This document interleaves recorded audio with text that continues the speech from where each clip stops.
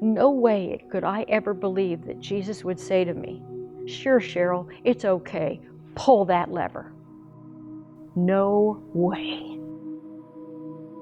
On June 14th, 1991, we were home in bed asleep. I heard a noise in my house and I thought, God, my daughter's gotten sick. I turned back and looked at the doorway. When I did, very large men entered my room with handguns and shotguns. These guys have been told that we have a safe and that we have money in a safe. We don't have it. But they believe it. My husband had never been allowed to stand up in the entire time they'd been in the room. He was on his knees. Last line said was, "We're going to rape your wife and your daughter. We're going to make you watch." Could I ever describe what it would be like to be a mother on a floor and you can't stop what's happening?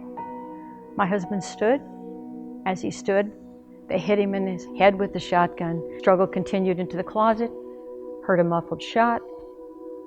Heard a thud hit the floor. I heard somebody saying, "There's a car in the road. Let's get out of here." They're gone. I go in to find out if he's alive or dead. His eyes are open.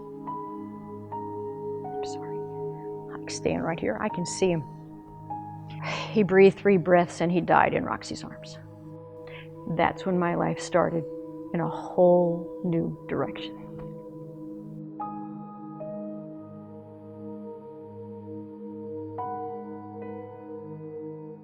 When I was the warden, I carried out 4 executions. In general, carrying out an execution requires a commitment of the entire prison, and you begin planning to kill someone the moment you receive that death warrant. The sheriff's on my case. We stayed up 27 hours and I had all 5 of these people in jail. I actually had a district attorney ask me what I wanted for each one of these. Death penalty. That's what they wanted to ask for. I told him, I'll stand outside of San Quentin and I will never let you kill him.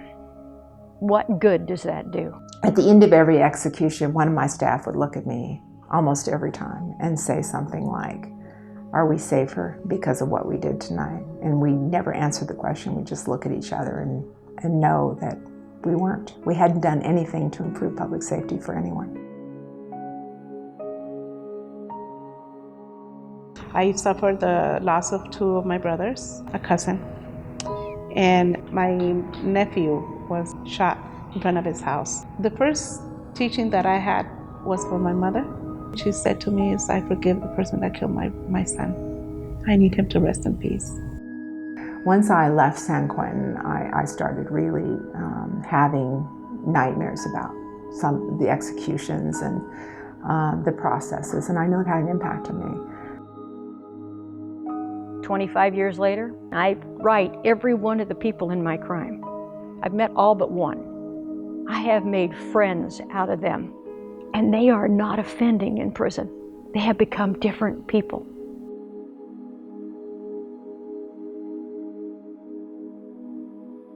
Understanding what the costs are to the individual counties that are paying for the death penalty and what the state's paying for the death penalty, buckled with the writ of the church, which is that all life is precious, I determined to be a crusader, if you will, in making sure that California does not have a death penalty.